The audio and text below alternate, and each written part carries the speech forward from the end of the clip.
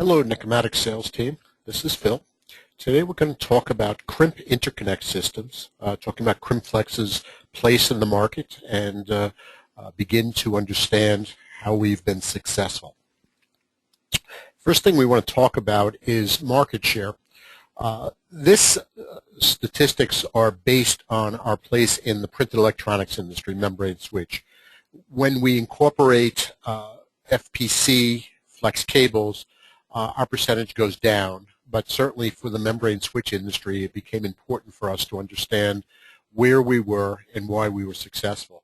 As you can tell, in North America, we're a little bit over a third of the market. Clincher seems to have about the same percentage, and then Tyco a little bit less. Molex has always had a smaller percentage of the market, mainly because there is a membrane switch division of Molex. So anybody that's buying a Molex connector is competing against somebody that's also supplying the connector system. So it's just a bad place. Duflex is a European model that doesn't show up in North America very often, and Thomas & Betts was bought out by Tyco and basically obsoleted themselves. To review the different types of crimp contacts that there are methods that the FCI clincher uses where it has tines coming from the top and the bottom, so effectively they crimp from top and bottom simultaneously. The advantage of that is that they can deal with circuits that have got ink on the top or the bottom, but the disadvantage is a little bit of a scissor action, so it risks severing the traces. Duflex is very, very similar to the Crimpflex connector in that the tines pierce through, but again, we don't see it in North America too often. Crimpflex, as we talked about, is 6 points of piercing. They flare out after they pierce through the product, and it's a very effective, cost-effective solution. Tyco, Thomas & Betts was also a through contact process, but again, it's been obsoleted.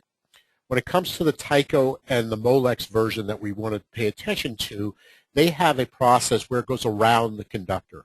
The tines pierce on the outside of the conductor, not touching it, until it re-enters the trace on the re-entry portion of it.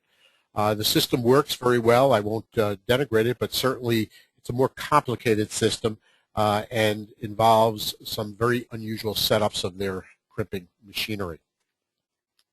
So the crimping system that we have also involves a two-part system, which is the way Tyco does, FCI Duflex, and the T&B. The two-part system means that we crimp the contacts and then apply a housing after the fact. So crimp the contacts, put on the housings. The advantage of this is that you don't have to inventory as much product. We just have reels of contact, and you bring in the housings of choice. The pre-assembled connectors are the FCI Clincher and Molex, where you need a housing and contact variation to each trace. So if you have a 6 conductor, you need a housing with the contacts inserted in them prior, so it makes your inventory that much more expensive. Talk a little bit about assembly equipment. FCI Clincher uses a pliers or a manual crimp system. That Tyco doesn't have a manual system. Tyco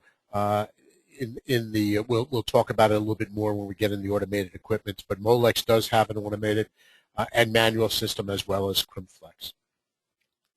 On the automatic equipment, as I said, we have the difference in philosophy. The FCI Clincher will be crimping all the contacts at once inside the housing. The Tyco is a stitching method, meaning that you put one contact at a time on each trace. So the more traces, the slower the process. Interconnect mass terminates. Molex mass terminates. Duflex is a system in Thomas & Betts that we don't talk about. We'll deal with part 2 of this system in the next